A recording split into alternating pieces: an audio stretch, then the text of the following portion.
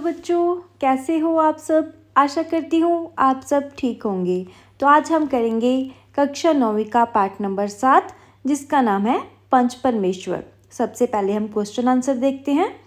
पहला क्वेश्चन है, जुम्मन शेख की गाढ़ी मित्रता किसके साथ थी। इसका उत्तर है, जुम्मन शेख की पक्की मित्रता अलगू चौधरी के साथ थी। दूसरा क्वेश्चन आएगा, रजिस्ट्री के बाद जुम्मन का व्यवहार खाला के प्रति कैसा हो गया था। खाला मीन्स मौसी। तो इसका उत्तर आएगा, रजिस्ट्री के बाद जुम्मन और उसके परिवार का व्यवहार खाला के प्रति बड़ा कठोर हो गया। जुम्मन की पत्नी भी उससे वचन बोलने लग पड़ी। नेक्स्ट क्वेश्चन है, खाला ने जुम्मन को क्या धमकी दी। तो उत्तर है, जुम्मन के कठोर व्यवहार से तंग आकर खाला ने पंचायत करने की धमकी दी। नेक्स्ट क्वेश्चन है, बूढ़ी खाला ने पंच किसको बनाया था। तो इसका उत्तर है, बूढ़ी खाला ने जुम्मन के विरुद्ध अलगू चौधरी को सरपंच बनाया था, जो कि जुम्मन का दोस्त था। नेक्स्ट है, अलगू के पंच बनने पर जुम्मन को किस बात का पूरा विश्वास था। तो इसका उत्तर है, अलगू के पंच बनने पर जुम्मन को पूरा विश्वास था कि फैसला उसी के पक्ष में होगा। क्यों विश्वास था उसको? क्योंकि अलगू और जुम्मन दोनों दोस्त थे। नेक्स्ट है, अलगू ने अपना फैसला किसके पक्ष में लिया। तो इसका उत्तर है, अलगू चौधरी ने दोनों की दलीलें सुनने के पश्चात फैसला खाला के पक्ष में दिया। नेक्स्ट क्वेश्चन है, एक बैल के मर जाने पर अलगू ने दूसरे बैल का क्या किया। तो उत्तर आएगा, जब अलगू की बैलों की जोड़ी में से एक बैल मर गया तो अलगू ने दूसरा बैल समझू साही को बेच दिया। नेक्स्ट क्वेश्चन है, समझू साहू ने बैल का कितना दाम चुकाने का वादा किया। तो इसका उत्तर है, समझू साहू ने बैल का दाम 150 रुपये देने का वादा किया। नेक्स्ट क्वेश्चन आएगा, पंच परमेश्वर की जय जयकार किस लिए हो रही थी। उत्तर है, जमनू शेख ने पंच बनकर जब अलगू चौधरी के पक्ष में अपना निर्णय दिया तो अलगू चौधरी फूले न समाए और वह जोर से बोले, पंच परमेश्वर की जय। अब नेक्स्ट है, निम्नलिखित प्रश्नों के उत्तर 3-4 पंक्तियों में दीजिए। पहला प्रश्न है, जुम्मन और उसकी पत्नी द्वारा खाला की खातिरदारी करने का क्या कारण था।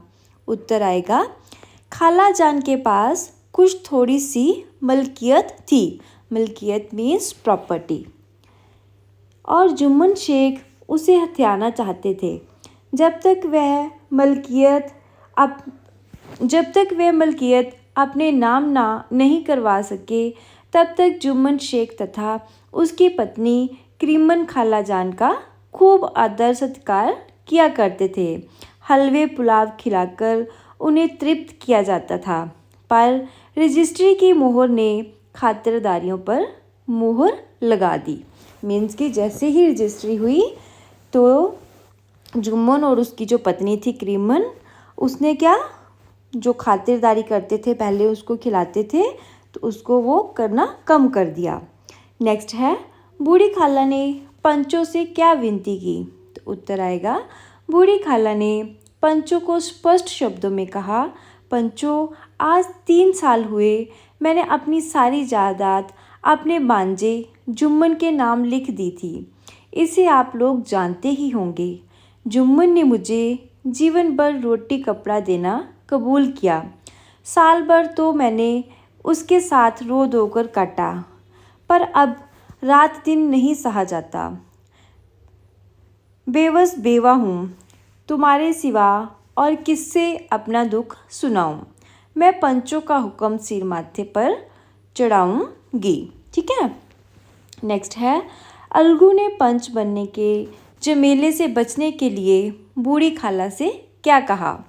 तो इसका उत्तर आएगा, अलगू जुम्मन शेख तथा खाला जान के झमेले में फंसना नहीं चाहते थे। वह कन्नी काटने लगे और बोले, खाला तुम जानती हो कि मेरी जुम्मन से गाढ़ी दोस्ती है। इस पर खालाजान बोली, बेटा दोस्ती के लिए कोई अपना ईमान नहीं बेचता। खालाजान की इस बात पर जुम्मन ने पंच बनने की स्वीकृति दे दी। नेक्स्ट क्वेश्चन आएगा, अलगू चौधरी ने अपना क्या फैसला सुनाया? तो इसका उत्तर है, अलगू ने फैसला सुनाते हुए कहा, जुम्मन शेख, पंचों ने इस मामले पर विचार किया। उन्हें मालूम है कि खालाजान को माहवार खर्च दिया जाए। हमारा विचार है कि खाला की जायदाद से इतना मुनाफा अवश्य होता है कि माहवार खर्च दिया जा सके। बस यही हमारा फैसला है। अगर जुम्मन को खर्च देना मंजूर ना हो तो संपत्ति की वह रजिस्ट्री रद्द समझी जाए। अब नेक्स्ट क्वेश्चन है, अलगू चौधरी से खरीदा हुआ समझू साहू का बैल किस कारण मरा? तो उत्तर आएगा, अलगू चौधरी से खरीदते हुए बैल को पाकर समझू साहू ने उस नए बैल को लगातार दौड़ाना आरंभ कर दिया।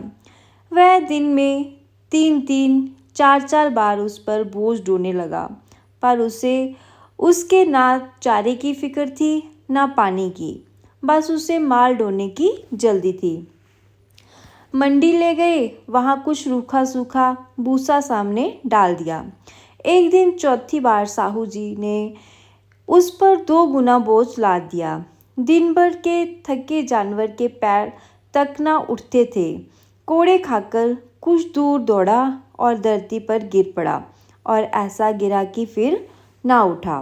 नेक्स्ट क्वेश्चन है, सरपंच बनने पर भी जुम्मन शेख अपना बदला क्यों नहीं ले सका? तो उत्तर आएगा, जब जुम्मन शेख को अलगू चौधरी के मामले में सरपंच बनाया गया, उसे लगा कि पंचों की वाणी में ही देवताओं की वाणी होती है और उसमें कोई भी कटुता नहीं हो सकती। ऐसे विचार मन में आते ही जुम्मन शेख ने अपने अलगू से बदला लेने का फैसले को रद्द कर दिया। नेक्स्ट क्वेश्चन है, जुम्मन ने क्या फैसला सुनाया? तो इसका उत्तर आएगा, पंचों के साथ पूरी तरह परामर्श करके अंत में जुम्मन ने फैसला सुनाया, अलगू चौधरी और समझू साहू, पंचों ने तुम्हारे मसले पर अच्छी तरह विचार किया है। समझ को उचित है कि बैल का पूरा दाम दे। जिस वक्त उन्होंने बैल लिया था उसे कोई बीमारी ना थी। अगर उसी समय दाम दे दिए जाते तो झगड़ा ही खत्म हो जाता। बैल की मृत्यु केवल इस कारण हुई कि उससे कठिन परिश्रम लिया गया और उसके दाने चारे का कोई अच्छा प्रबंध ना किया गया। नेक्स्ट क्वेश्चन है, मित्रता की मुरझाई हुई लता फिर हरी हो गई। इस वाक्य का क्या अभिप्राय है? तो उत्तर है, इस वाक्य का अभिप्राय है कि जब अलगू ने सरपंच बनकर जुम्मन के विरुद्ध फैसला लिया था, तब से ही दोनों पक्के दोस्तों में शत्रुता हो गई थी।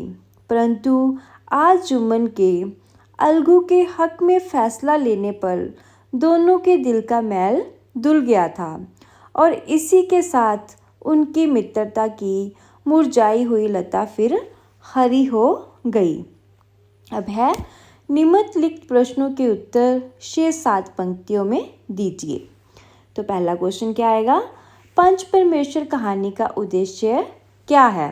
तो उत्तर है, मुंशी प्रेमचंद अपनी इस प्रसिद्ध कहानी पंच परमेश्वर इस बात की पुष्टि करना चाहते हैं कि पंच की जुबान से खुदा बोलता है। तभी तो उन्होंने इस कहानी के माध्यम से ये सिद्ध करने की चेष्टा की है कि पंच के आसन पर आसीन साधारण मानव भी अपने प्राय ईर्ष्या द्वेष आदि के स्तर से ऊपर उठकर न्याय करने लगता है। न्याय अतिरिक्त उसे कुछ नहीं सूझता। इस कहानी का यही उद्देश्य है कि यदि किसी को न्याय करने का उत्तरदायित्व दिया जाए तो उसे काम, क्रोध, लोभ तथा मोह से ऊपर उठकर केवल उचित न्याय करना चाहिए। नेक्स्ट क्वेश्चन आएगा, अलगू, जुम्मन और खाला में से आपको कौन सा पात्र अच्छा लगा और क्यों? तो उत्तर क्या आएगा? मुंशी प्रेमचंद की कहानी पंच परमेश्वर में चौधरी जुम्मन शेख तथा जुम्मन शेख की एक बूढ़ी खाला प्रमुख पात्र हैं। जहाँ तक अलगू चौधरी का संबंध है, वह व्यक्ति भी हमें रुचिकार तथा अच्छा लगा, क्योंकि उसने कभी भी किसी का अहित नहीं किया। समझू साहू से भी उसका विवाद इसलिए बढ़ा क्योंकि साहू उसे उसके एक बैल के पैसे देने के लिए आनाकानी करने लगा था। इसलिए उसे अपने हितों की रक्षा के लिए पंचायत में जाना पड़ा था, अन्यथा उसका किसी के भी साथ कोई वैर विरोध नहीं था। अंत में जुम्मन शेख को अपनी भूल का एहसास होता है और वह अलगू को गले लगाकर प्रायश्चित करता है। सचमुच अलगू एक सच्चा तथा न्यायप्रिय व्यक्ति के रूप का चित्रण किया गया है। मेरे विचार में वह ही इस कहानी का एक आदर्श पात्र है तथा इसलिए वह हमें सबसे अच्छा पात्र लगा है। नेक्स्ट क्वेश्चन है, दोस्ती होने पर भी अलगू ने जुम्मन के खिलाफ फैसला क्यों किया और दुश्मनी होने पर भी जुम्मन ने अलगू के पक्ष में फैसला क्यों दिया? तो इसका उत्तर आएगा, अलगू और जुम्मन में पक्की दोस्ती थी। वह एक दूसरे पर अटल विश्वास करते थे। जब खाला जान ने अपने लिए न्याय मांगा और अलगू चौधरी को जब सरपंच बनाया तो जुम्मन प्रसन्न हो उठा। जुम्मन को पूरा विश्वास था कि अब बाजी मेरी है, मेरा मित्र मेरे विरुद्ध कभी नहीं जाएगा।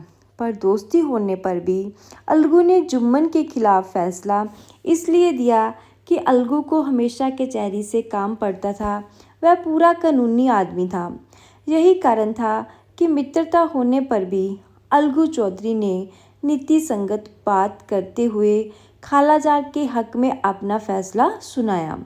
दूसरी ओर दुश्मनी हो जाने पर भी जुम्मन ने अलगू के पक्ष में फैसला इसलिए दिया क्योंकि जब जुम्मन शेख ने सरपंच का उच्च स्थान ग्रहण किया तो उसके मन में जिम्मेदारी का भाव पैदा हुआ और उसने वैर के भाव को भुलाकर न्याय और धर्म का पालन करते हुए सरपंच की गरिमा को ध्यान में रखकर और पिछले बातें भुलाकर अलगू चौधरी के पक्ष में न्याय संगत फैसला सुनाया। नेक्स्ट क्वेश्चन है, अलगू के पंच बनने पर जुम्मन के प्रसन्न होने और जुम्मन के पंच बनने पर अलगू के निराश होने का क्या कारण था? तो इसका उत्तर है, अलगू के पंच बनने पर जुम्मन इसलिए प्रसन्न था क्योंकि वह भली भांति जानता था कि वे दोनों पुराने दोस्त हैं और जब भी काम पड़ा अलगू ने उसकी मदद की है। अब भी वह मेरी मदद ही करेगा और मेरे पक्ष में निर्णय लेगा। तभी तो वह कहता है कि अब बाजी मेरी है। दूसरी ओर जुम्मन के पंच बनने पर अलगू इसलिए निराश होने लगा था क्योंकि वह जानता था कि जुम्मन के विरुद्ध पहले मैंने जो निर्णय लिया था उसका वह अवश्य ही मुझसे बदला लेगा। इसलिए उसका निराश होना स्वाभाविक था। इसलिए सरपंच के लिए जुम्मन का नाम सुनते ही अलगू चौधरी का कलेजा दक दक करने लगा, मानो किसी ने अचानक थप्पड़ मार दिया हो। अब नेक्स्ट है, निम्नलिखित तत्सम शब्दों में तत्पर रूप लिखिए। जो तत्सम शब्द होते हैं वो संस्कृत भाषा के होते हैं और जो तत्पर होते हैं वो हिंदी भाषा के होते हैं। जैसे तत्सम शब्द है मुख और तत्पर है उसका मुँह, पंच का पांच, मित्र का मीत, ग्राम का गांव, उच्च का ऊंचा, ग्रह का घर, मृत्यु का आएगा मौत, संध्या का सांझ, निष्ठुर का कठोर, मास का महीना। ठीक है, नेक्स्ट है निम्नलिखित वाक्यों में उपयुक्त स्थान पर उचित विराम चिन्ह लगाएं। पहला क्या है, जुम्मन ने क्रोध से कहा, अब इस वक्त मेरा मुंह ना खुलवाओ। तो विश्राम चिन्ह कहाँ लगेगा, जुम्मन ने क्रोध से कहा, जहाँ से कोमा स्टार्ट होगा, कोमा आएगा और इन्वर्टेड कोमा स्टार्ट होगा। अब इस वक्त मेरा मुंह ना खुलवाओ, बात खत्म हुई तो इन्वर्टेड कोमा भी बंद हो जाएगा। ठीक है। नेक्स्ट है, खाला ने कहा, बेटा क्या बिगाड़ के डर से ईमान की बात ना कहोगे। तो इसका है, खाला ने कहा, फिर से कोमा और इन्वर्टेड कोमा स्टार्ट, बेटा फिर कोमा, फिर आएगा क्या बिगाड़ के डर से ईमान की बात ना कहोगे। तो इसके साथ ही ये वाक्य पूरा होता है और इन्वर्टेड कोमा लग जाएगा। ठीक है। नेक्स्ट है, अलगू बोला, खाला तुम जानते हो कि मेरी जुम्मन से गाढ़ी दोस्ती है। तो इसका क्या आएगा, अलगू बोला। ठीक है। इसके साथ ही कोमा, इन्वर्टेड कोमा स्टार्ट। ठीक है। खाला, फिर आएगा कोमा, तुम जानते हो कि मेरी जुम्मन से गाढ़ी दोस्ती है। इसके साथ ही ये सेंटेंस खत्म होता है तो आज इन्वर्टेड कोमा बंद हो जाएगा। नेक्स्ट है, उन्होंने पान, इलायची, हुक्के, तंबाकू आदि का प्रबंध भी किया था। इसका है, उन्होंने पान, जहाँ पर देखो कितनी सारी चीज़ें हैं तो इनके बीच में कोमा आएगा। ठीक है। उन्होंने पान, इसमें कोमा, इलायची, फिर कोमा, हुक्के, तंबाकू में आदि का प्रबंध भी किया था और ये सेंटेंस हमारा ख़त्म हो गया। नेक्स्ट है, निम्नलिखित मुहावरों के अर्थ समझकर इनका अपने वाक्यों में प्रयोग कीजिए। सबसे पहले है मौत से लड़कर आना, जिसका अर्थ है मृत्यु न होना। देश के लिए लड़ने वाले सैनिकों की मौत से लड़कर आने पर भी जय जयकार होती है। नेक्स्ट है, कमर झुककर कमान होना, मीन्स बूढ़ा हो जाना। उसकी आयु 80 वर्ष की हो गई है, इसलिए उसकी कमर झुककर कमान हो गई है। नेक्स्ट है, दुख के आंसू बहाना, मीन्स दुख के कारण रोना। इसका वाक्य है, उसके पुत्र की अकाल मृत्यु हो जाने पर दुख के आंसू बहाना सहज ही है। नेक्स्ट है, मुंह ना खोलना, मीन्स चुप रहना। तो वाक्य आएगा इसका, पुलिस की इतनी मार खाकर भी चोर ने अपना मुंह ना खोला। नेक्स्ट है, दिन रात दिन का रोना। इसका अर्थ है दुखी रहना। उसके पति का देहांत हो गया है, अब उसके लिए दिन रात का रोना ही रह गया है। नेक्स्ट है, राह निकालना, मीन्स जुक्ति या जुकत निकालना। इसका वाक्य है, मैं इस मुसीबत में फंस गया हूँ, अब तुम ही कोई राह निकाल सकते हो। नेक्स्ट है, हुक्म सिर माथे पर चढ़ाना, मीन्स बात मानना। इसका वाक्य है, हमें अपने माता पिता के हुक्म को सिर माथे पर चढ़ाना चाहिए। नेक्स्ट है, मुंह खुलवाना, मीन्स बात उगलवाना।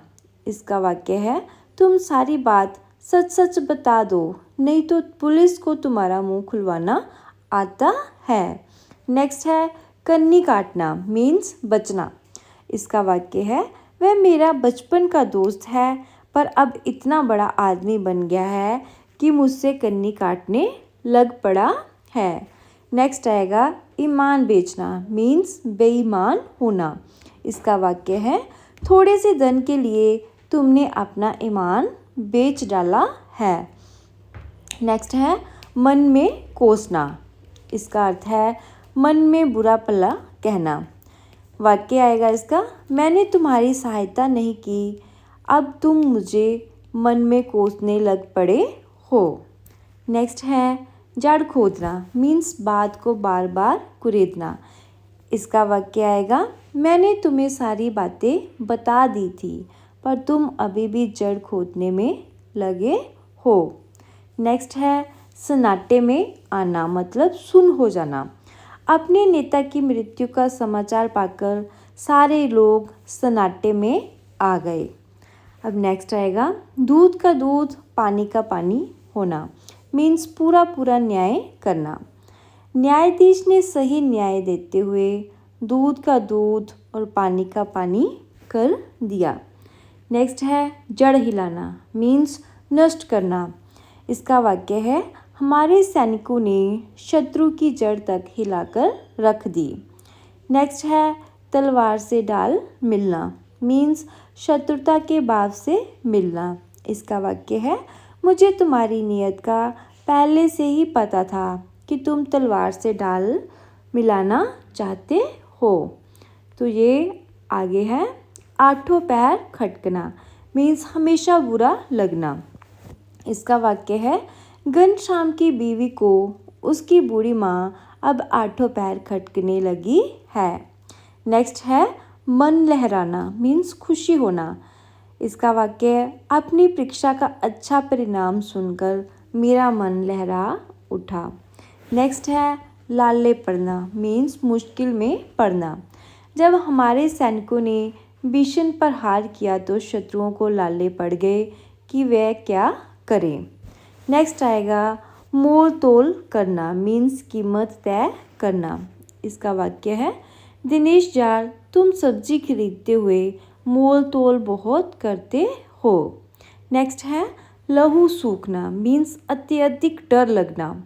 इसका वाक्य किसी अनिष्ट की आशंका मात्र से ही मोहन का लहू सूखने लगा।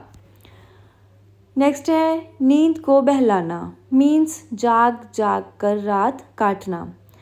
इसका वाक्य पिता के अस्पताल में होने पर पुलिस पुत्र ने नींद को बहलाकर सारी रात काटी। नेक्स्ट आएगा हाथ धो बैठना, मीन्स गवा बैठना।